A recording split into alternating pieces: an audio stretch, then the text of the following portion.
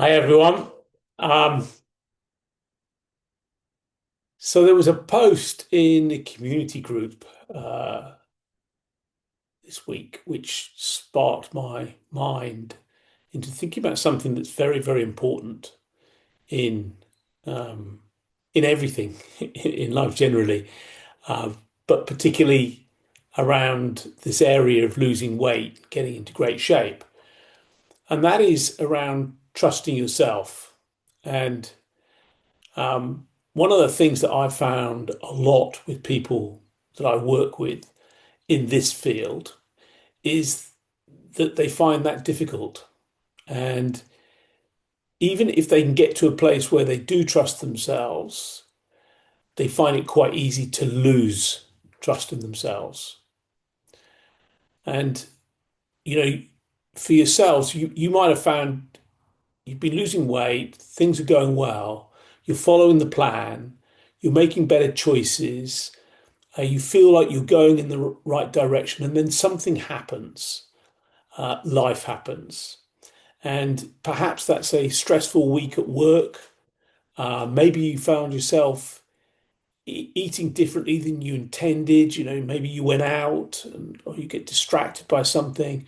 It might be you had an injury or you just stopped exercising. And the usual routines that you had disappeared. Um, and then you find yourself questioning how what you could why does it always happen? Why can't you stick to doing it? Why don't you have more discipline like other people? And over time, experiences like these can slowly change the way you see yourself. Instead of simply seeing a difficult moment as part of being a human being, you begin to take it on board as evidence that you can't rely on yourself. And once that happens, it's natural to start looking outside yourself for the answer. So, in Like Mind, you'll hear us talk an awful lot about outside in thinking, and this is part of the basis of that. Um, you look outside yourself for the solutions. So, you search for the next diet, the next program, the next book, the next mentor, whatever it is. Now, these can be generalized into something that I call the next set of rules. The next set of rules that will give you the structure that you need to succeed. It's structure that you're looking for.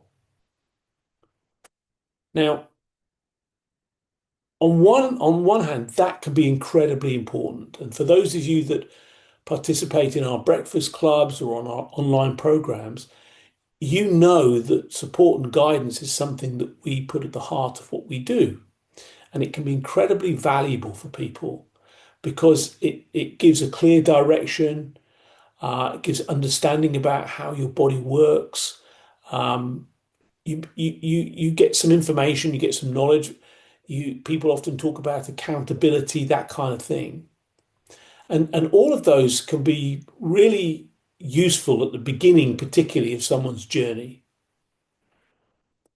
The challenge comes when you start believing that something outside of you has to control you forever. So you begin to put your faith in that thing, whatever that thing is. Now, lasting change, and for me, this is the most important thing I ever talk to any of my clients about. Lasting, sustainable change does not come from constantly trying to manage yourself. It comes from developing a different type of relationship with yourself. So there are several analogies I use frequently, and here's another one. Imagine a child learning to walk. Now, at the beginning, the child needs support. Um, they'll reach for furniture. They grab hold of the parent's hand and they carefully find their way to balance. Now, walking is something new to them. So giving them those kind of supports is really useful. Yeah, I'm a grandparent now. I can't imagine turning around to my granddaughter and saying, "Hey, you should be able to do this. Just get up and do it." We don't do that kind of thing. It's like actually my granddaughter's in the swimming pool at the moment. She's on holiday and she's in the swimming pool. And over the last few weeks, months, she's been out on holidays and done various things, and she's learning to swim. Now, progressively, she's learning to swim. Progressively, she's getting a feel. She's using different aids to do that. And she's supported by her parents as well as she's doing it. And so support and these tools are part of the learning process. So whatever you hear me say in this video, I am not saying they're not useful, because they are. In fact, I say they're critical. And I'm not talking about doing away with any of those things. What I'm talking about is sustainable change, because there's a shift that will happen. You see, my granddaughter learning to walk, the support that she had from whether it be furniture or from her mum and dad was never to be there forever. The purpose of those tools was to create the space for her to discover something different, something very important. And that is that she's capable, that they can learn and find how to balance. She can take a step. When she falls over, because she's particularly small, she doesn't fall very far. But also when she's holding her mum's hand, she might stumble, but it doesn't matter because she rebalances, recalibrates. Now, what I'm suggesting to you is that's exactly the same approach to learning about how to get into great shape, how to be healthy. You're learning new ways of looking after yourself, supporting yourself. Now, and structure and guidance can be very useful for that, because they're providing the environment where change becomes easier. That's why, for me, our breakfast clubs are so critical, because they provide this supporting community where people can be in it together, helping each other. But deeper transformation happens when you discover that you can trust yourself. You begin to recognize that you are capable of making the choices that support your well-being. And that's not because you're following a set of perfect rules, or that you're forcing yourself to be disciplined every moment of the day. It's because you're beginning to understand yourself differently. And this is something that many people who are part of the Light Minds program notice. They start seeing that they are more capable than they previously believed. They're more resilient than they ever imagined. They notice that one difficult meal does not mean that they failed. That's so important. One day where you're really challenged and you've had a stressful day at work doesn't erase all the progress you've been making. Participants begin to listen more closely to their body and make choices from a much calmer place, a place where they've got clarity, rather than reacting to frustration and disappointment. They learn to understand that they don't need to start again, that life doesn't flow perfectly. You meander through life. You will bump up against rocks and boulders and obstacles. That is what life is about. So trust is not built through perfection. We're talking about weight loss here, but I remember the first time in my 30s that I was involved in a business that was failing. And up to that point, we had been incredibly successful all the way through my 20s and early 30s.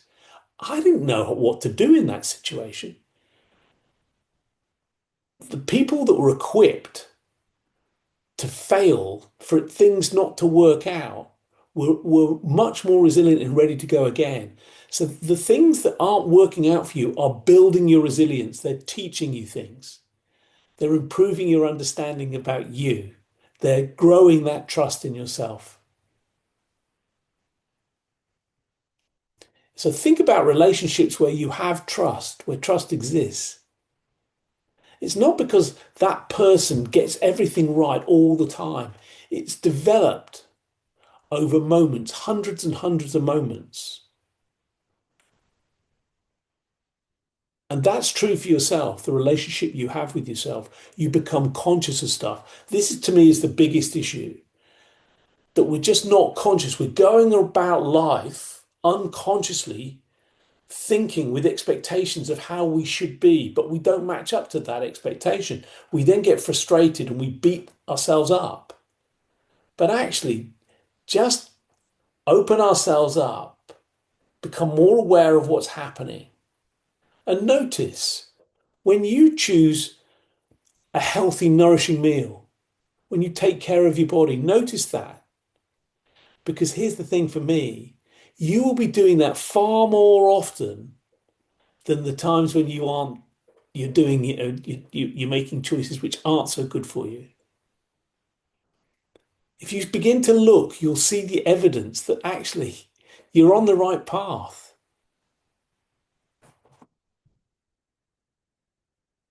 The thing is, we just think we should be doing the things that are healthy. And so we only notice the things when we don't get it right.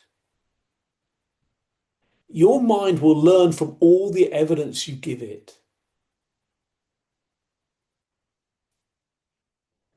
So if you only become aware and only focus on those things that are going wrong, guess what? That's what you're teaching your mind. But if you begin to notice all of the times when you get things right, you begin to create a new understanding. You know, you can make healthy choices. You can recover when things don't go to plan. That's building a lasting foundation for you. You see, the goal is not to spend your life controlling yourself. Can you imagine what that would be like? Having to think consciously, moment to moment, all the time. That's not what freedom is about. Freedom is about when you naturally understand how to take care of yourself, and it happens automatically. That's the set of habits. And then sometimes you don't. You know, we had a dinner party here on Saturday night. I didn't eat what I would normally do. I didn't drink what I would normally drink. And then the next day I recovered. And that's okay. I knew what was going on. You can't be perfect. You don't need to be perfect. You're meant to be enjoying life. You're meant to be having fun. So you don't have to stick to the plan 100% of the time.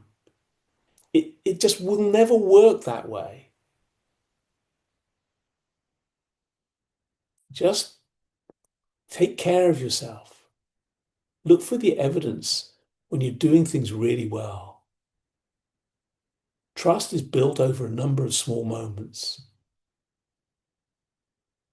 It doesn't take long either. You'll be surprised. In fact, I'll go further than that.